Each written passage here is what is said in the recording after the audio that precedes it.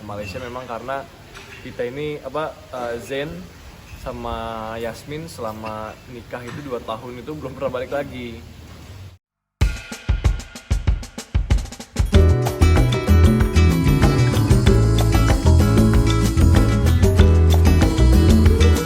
Bisa dilihat sendirilah Mas dari sosial media ya. Ya mungkin itulah salah satu bentuk rasa komplainannya ya. Ya pasti di sini teman-teman semua pada tahu ya story-story itulah. Tapi di sini saya klarifikasi itu nggak ada apa-apa sih sebetulnya gitu, nggak masalah. Memang kita ada sedikit masalah, maksudnya berantem gitu kan. Cuman ya wajar karena kita masih muda juga. Jadi mungkin lebih kedepannya nggak perlu begitulah, nggak perlu ke sosial media gitu loh. Tapi alhamdulillah sudah baikan sih.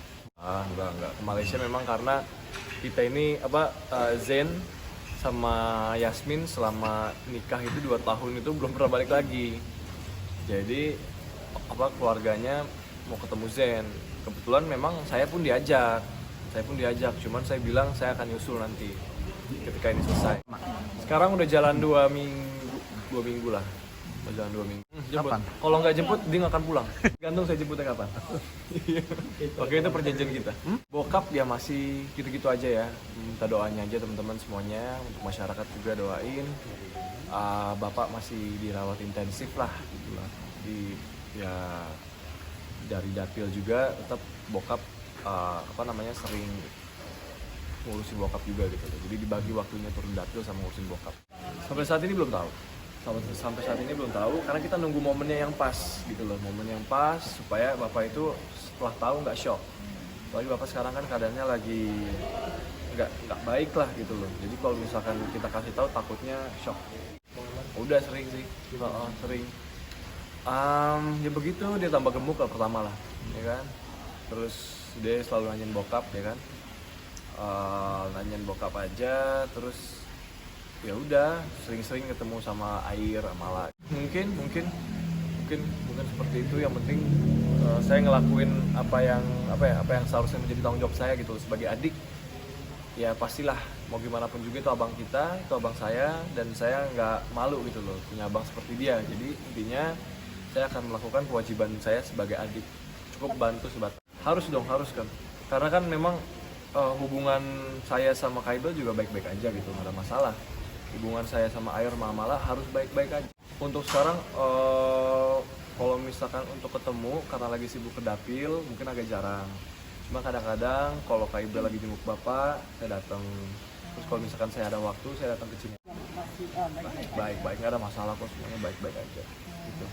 Yang penting apapun masalah yang sekarang lagi ada sama Bang Amar sama Kaibel itu tidak berpengaruh lah sama keluarga kita, sama hubungan keluarga kita.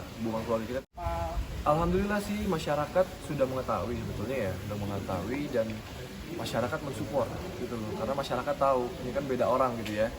Jadi memang prihatinnya masyarakat dapat lah gitu loh, maksudnya kayak kasihan ini dan lain-lain segala macem.